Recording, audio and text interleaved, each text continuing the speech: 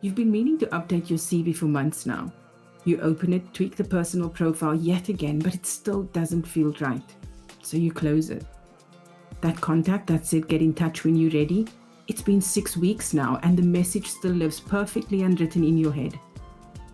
You decided that this year was going to be the year you stop waiting and get proactive about your career. And yet you're still stuck in the same loop. Too busy, not in the right headspace. I'll start it next week. And it's not just the career change stuff. You keep nudging that exact presentation to the bottom of your list. You think about sharing your perspective on LinkedIn, and every week it ends with, maybe next week.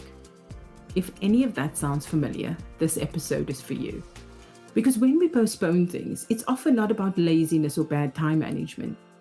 I want to talk about what's actually going on when you keep not doing the thing that you know you need to do, and how you can treat procrastination as information so that you can move through it not by shaming yourself into action, but by understanding what's really happening underneath.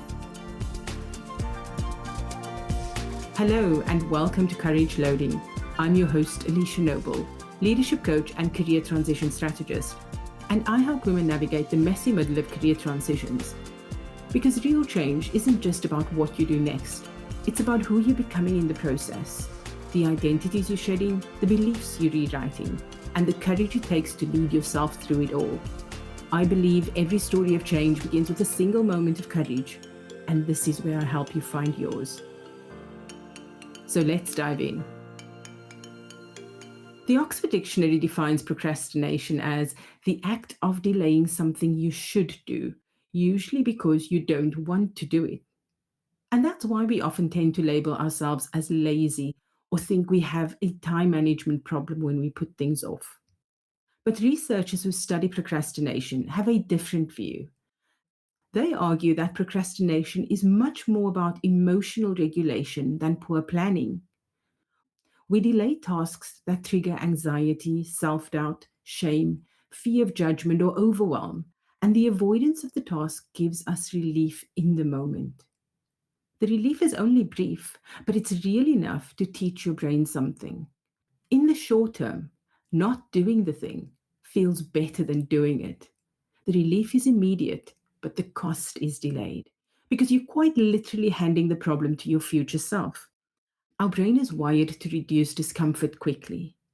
So once avoidance creates relief, the brain quietly learns that avoidance works. So next time it will offer you that same strategy when something feels emotionally loaded. Maybe some of these sound familiar. You sit down to work on your CV and somehow you end up cleaning your inbox. You delay giving feedback to a team member and instead spend an hour perfecting a slide deck that's already good enough. You spend the day spring cleaning the house instead of completing that assignment. Those examples don't automatically mean you're lazy or lack discipline. What they often mean is that somewhere in there is a feeling you don't want to feel: fear, shame, overwhelm, even boredom. And your brain has chosen the quickest way to help get you some relief.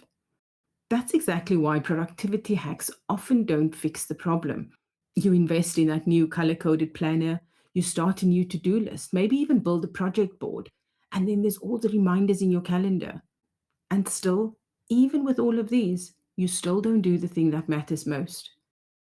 Because the issue was never just about your time management, it was about the feeling or emotion attached to the task.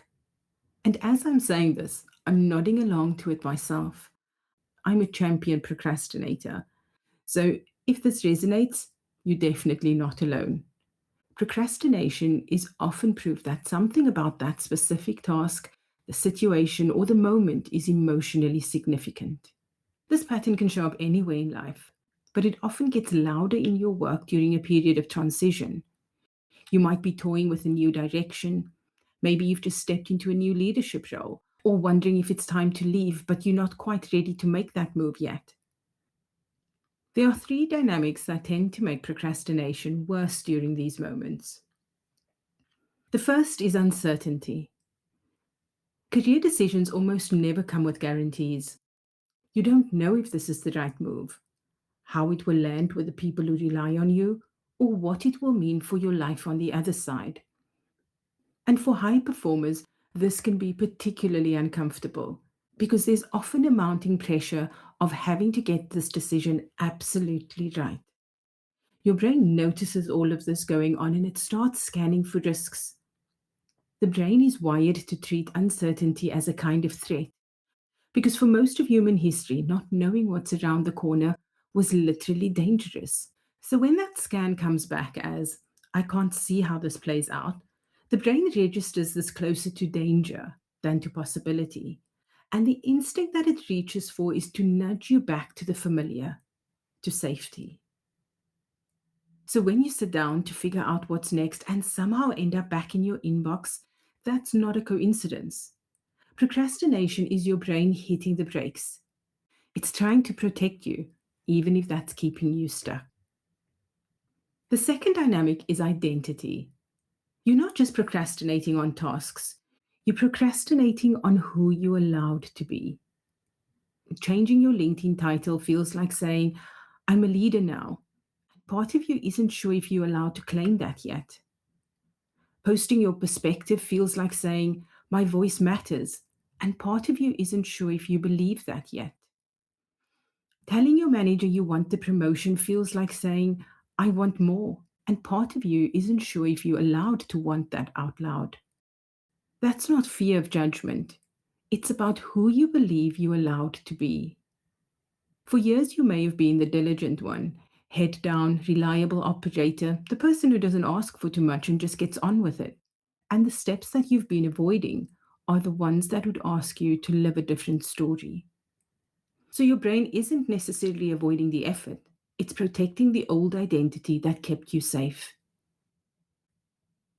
And in doing so, you end up not just avoiding the task, but you avoiding the moment you have to start acting as the person you're becoming instead of who you've always been. The third dynamic is what I call the performance gap. Many high achievers are used to being the person who knows what they're doing, the one everyone comes to for the answers. During a career transition, whether that be a change in role, a step into leadership, or a stretch assignment, it inherently means that you cannot immediately operate at the level that you used to. So, this means there's always a period where you don't know everything. You don't have all the answers. You've got to try things that might not work. And if the role requires it, you may need to be more visible before you feel completely ready. So, if your confidence has been built on competence alone, that gap can feel exposing. Research constantly links procrastination with a fear of failure and perfectionism, especially when we feel we have to do everything exceptionally well or not at all. So, if a part of you is thinking, if I can't do this properly, I'd rather not start yet, that's not completely random. It's a very common way in which high achievers try to keep safe. You're moving from being the expert to not having all the answers at your fingertips, and that can feel uncomfortable. You're in the messy middle, the uncomfortable space between who you've been and who you are becoming. And that's exactly the space where, if we don't watch out, procrastination can get the loudest. Because at least one of these dynamics will certainly always be turned up. And when all three dynamics, uncertainty, identity, and the performance gap, are all turned up at the same time, and we don't have the awareness to see what's happening, that's when procrastination really builds up. Small avoidances turn into bigger avoidance. Quiet discomfort turns into chronic stress. And for a lot of high achievers, this is often how burnout starts. Not from the working too hard, but from spending your energy protecting yourself from decisions that you haven't let yourself make. The strategy that started out protecting you ends up keeping you stuck. So, procrastination isn't a personal failing, it's a protection strategy. And once you see it as protection, you can start to ask a better question. What exactly is my procrastination trying to protect me from right now? Because it's really the task itself. Updating the CV or writing the email, that's not the problem. The problem is what that task is bringing up in you. In my coaching practice, I often see these four feelings or emotions showing up again and again as the root cause of procrastination. And as I talk through them, just notice which ones land with you. The first is fear. And fear sounds like, what if I fail? What if they judge me? What if they realize I'm not as capable as they think? It's often hiding under things like going for a promotion or speaking in a room that feels a little bit bigger than what you're used to, or applying for that role where you don't meet 100% of the requirements. If fear is driving your procrastination, it usually means that it's something that's really important to you and that you're scared it might not work. The second is shame. And shame sounds like, I should have figured it all out by now. Other people at my level don't struggle with things like this. Why is this so hard for me? It tends to show up when you're comparing yourself to others, when you feel like you're behind, or when a task reminds you of an old story where you've been telling yourself that you're not good enough. If shame is driving your procrastination, it usually means that part of you is convinced that the outcome says something about your worth. The third is overwhelm. Overwhelm often ends up sounding a bit frantic. This is too much. I don't know where to start. If I can't do this properly, why do I bother at all? If overwhelm sits underneath your procrastination, it usually means that the task is too big and lacks clarity, and you'll need to take a few steps back to simplify first. And the final one is boredom. Boredom sounds like, I just can't get myself to care about this anymore. I want to do this, but I physically can't get myself to do it, and I don't know why. And this isn't the same as being afraid. It's that sense of emotional disconnection.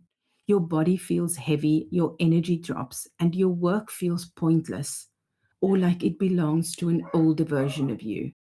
If boredom is the driver of your procrastination, it may be telling you that you've outgrown this, that you're no longer aligned to this version of work.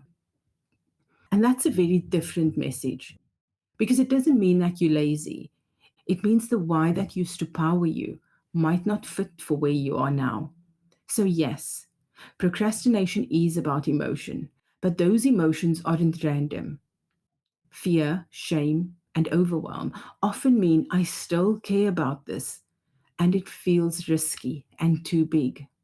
Boredom, on the other hand, can often mean I can't make myself to care in the way that I used to.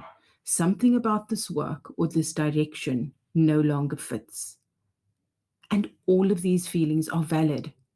They just call for a different kind of courage. So, how do we work out what's sitting at the root of our procrastination? I want to give you 5 questions to work through every time you notice a pattern around putting something off. So, question 1: what exactly am I avoiding?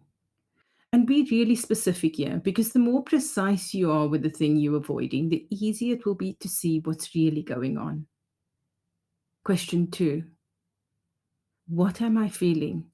And where is it showing up in my body? With this question, I want you to name the emotion. So think about the 4 that we mentioned earlier: fear, shame, overwhelm, or boredom. But it could also be something else. So think about what emotion that's stirring up in you. Then start to notice where this shows up physically. Do you maybe feel a tightness in your chest or heavy shoulders, or maybe there's a knot in your stomach? Learning to understand where these emotions show up in your body can help to become early warning indicators. Question 3: what might this be trying to tell me? So think about the feelings and emotions as data. Fear can mean that this really matters. Shame can mean that I'm making this about my worth. Overwhelm, it's too big or too vague or too much. Boredom, I've outgrown this. Take your time and explore what this really means to you. Question 4: what needs to shift? This question is all about how you take back control. It's not about erasing the emotion. But what you are looking at here is what will it actually take to move you forward? And how can you turn this into something that you can influence? And this could be changing your mindset or beliefs around the issue, or changing your self talk and being more compassionate about the issue at hand. And finally, question 5: what's one small action that will help you make this shift? Choose one small step that reflects what you've just learned about the situation and how it can move you forward. Often it's just the starting that helps you to gain that momentum. And once you've chosen that action, make a commitment on when you will get it done. So here's what I want to leave you with today. The next time you notice yourself procrastinating, don't go straight to what's wrong with me. Pause and ask the 5 questions we've just worked through. Your job is not to shame yourself out of procrastination. Your job is to get curious about it, to learn what it really means to you. Because once you understand the feeling underneath procrastination, that's when you can start to choose a different response. So that's it for today. Thank you for spending this time with me. If today's episode resonated with you, please follow and subscribe. And if you have a moment to leave a review, I'd greatly appreciate that. It helps more women find this conversation when they need it most. So until next time, this is Courage Loading. I'm Alicia Noble, and remember, every story of change begins with a single moment of courage. So what's yours going to be?